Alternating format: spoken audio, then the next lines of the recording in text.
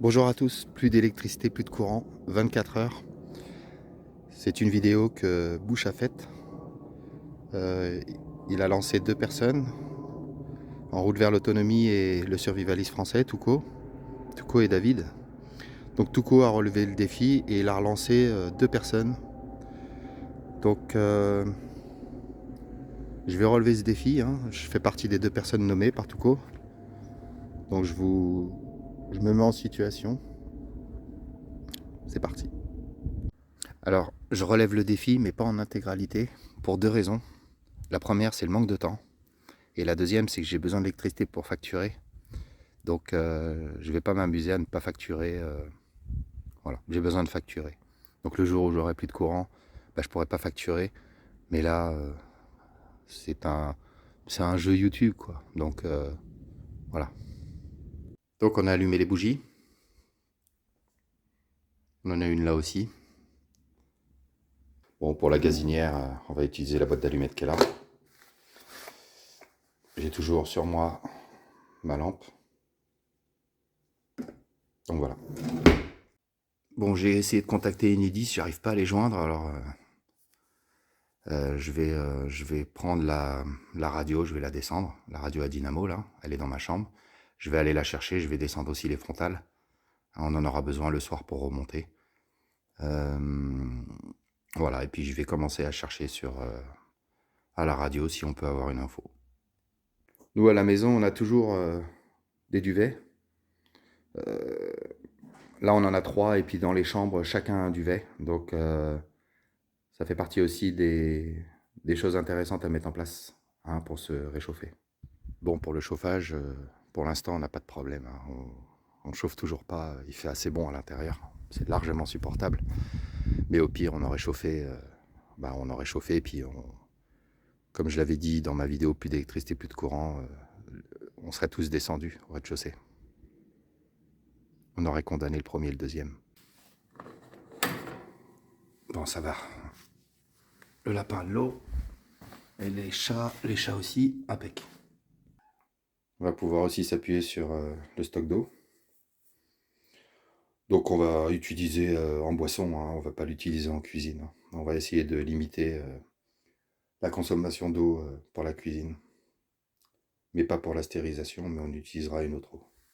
Donc là, c'est une boîte qu'on a constamment dans la chambre, avec quelques items. Donc on va récupérer la powerbank de gauche, là, le truc noir, et puis la boîte orange, c'est la radio à dynamo. Hein, parce que comme je vous ai dit, j'arrive pas à contacter Enedis, donc je ne sais pas sur combien de temps on est. Je veux aussi récupérer ce filtre à eau. Bon, j'ai sorti aussi le chargeur de mon EDC. Donc pour le gaz, ça tombe bien puisqu'on vient de changer la bouteille la semaine dernière. Donc la bouteille pour la gazinière est pleine, et puis on a ces 2 bouteilles d'avance. Donc là, on a mis la bouteille où on n'a qu'une bouteille sur le contrat, au niveau de la gazinière, exprès pour, quand elle sera vide, changer le contrat et passer à 2 bouteilles. Ça nous en fera 3 d'avance. Ça nous fait quasiment 1 an de gaz. Donc c'est ici que je stocke les bougies, et puis les allumettes, les briquets. J'ai une boîte à l'intérieur qui est remplie de briquets. On a aussi des serviettes en papier qui vont servir, et puis dans ma chambre, j'ai les assiettes en carton. Donc on va récupérer un peu de matériel en fait, et puis on va préparer ça tout doucement. Se brosser les dents demande très peu d'eau, mais on pourrait très bien utiliser ça aussi. Bain-bouche, c'est pas mal. Pour le repas du midi, on partira sur une boîte. Voilà, on va prendre... je sais pas, on verra. Mais on partira sur une boîte, et puis... comme on ne sait toujours pas si on est sur 24 heures ou plus, on va manger dans des assiettes en carton. On va pas se casser la tête. Faut éviter de faire de la vaisselle. Donc voilà, on va partir sur une stérilisation parce qu'on va envisager qu'on ne connaît pas exactement le temps de la coupure, même si on sait que c'est 24 heures. Comme le congélateur est plein, il y a beaucoup de choses à préparer, donc on part sur une stérilisation. Il faut savoir qu'au fond, il y a de l'eau, et c'est l'eau qu'on a déjà utilisée pour laver les bocaux. Alors on lave déjà les bocaux après utilisation, mais on repasse toujours un coup d'eau à l'intérieur et tout pour avoir une certitude quand même. Donc là, on va verser la casserole qui nous a servi pour les joints.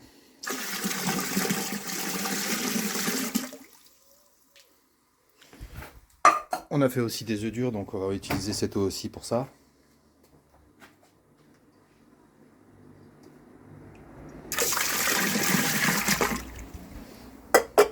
Et puis pour le reste de l'eau, on va utiliser le jerrycan. C'est un jerrycan qui est dans notre chambre, qui est constamment rempli d'eau potable et qu'on fait tourner à peu près tous les 6 mois. On rajoute pas d'eau de javel ou de pastilles. C'est de l'eau du robinet qu'on garde en cas de problème. Et on l'utilise de diverses façons. Donc voilà, donc je vais remplir ça. Donc avec les 2 casseroles qui sont là, plus le jerrycan que j'ai vidé, 35 litres, ça nous amène pas mal, mais c'est pas suffisant. Donc au niveau du congélateur, on a pas mal de pain de glace comme ça. Donc j'ai comblé les trous avec et puis j'ai rajouté aussi de l'eau. C'est pour créer du volume. Donc voilà, je vous montre vite fait, je ferme. Donc on a dans notre dépendance, on a 2 autres jerrycans de 35 litres. Donc je vais devoir en utiliser un. Sachant que l'eau qu'on va utiliser pour la stérilisation, on va la garder pour se laver ce soir. Et même pour faire laver du linge ou des conneries, des petits vêtements, quoi. On va pas laver des jeans et tout, mais on peut faire ça déjà. Voilà ce qui nous reste sur la stérilisation qu'on vient de faire. Si on serait dans une situation qui perdurerait, je vous cache pas que là je réenchaînerais. Hein. C'est pas le cas, mais là j'enchaînerais. Hein. Je remettrais de la viande et ça toujours dans le même jus et sans légumes par la suite. Ça serait vraiment que des bocaux de viande. Bon, avec le reste d'eau, on va se laver et puis on fera aussi la vaisselle d'éventuels plats. Alors, pour enlever les bocaux, on peut prendre ça aussi. Moi, je le prends à l'arrière. Alors, je suis main gauche, donc je suis pas doué main gauche. Voilà, tout simplement. Je sais pas si on voit. Il y a de la buée. Voilà, avec le crochet. J'en profite en même temps pour récupérer l'eau avec une casserole.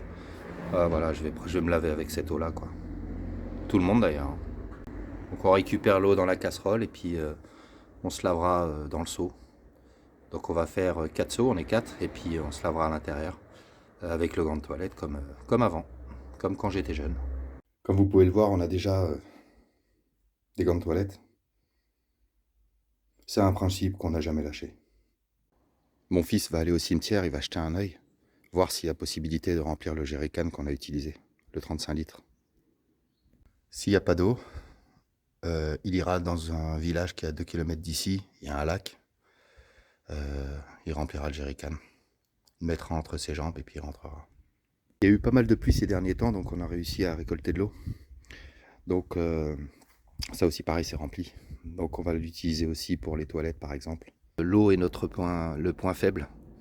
Les récupérateurs d'eau sont toujours pas alimentés parce que je m'aperçois qu'en fait il faut que je change toutes les gouttières. Donc ça va demander un petit investissement, du temps. C'est quelque chose que j'ai jamais fait, hein, remplacer des gouttières. Donc j'ai commencé à acheter le matériel, mais je suis sur d'autres choses en même temps, donc voilà. Je me démerde à récupérer de l'eau dès qu'il pleut, je sors, je balance tout dehors. Et puis j'essaie de récupérer de l'eau, bon voilà. Là j'ai la chance que ce soit plein. Donc voilà, je termine cette vidéo par la nomination des 2 chaînes. Donc la première que je nomme, c'est Passion Campagne. J'aime bien sa chaîne. Et la deuxième chaîne que je vais nommer, c'est Le Poussin qui survit. Bon, j'aurais pu en nommer d'autres. J'ai choisi ces 2-là. Voilà. Donc j'espère les voir à l'œuvre. Voilà. À toutes, ciao.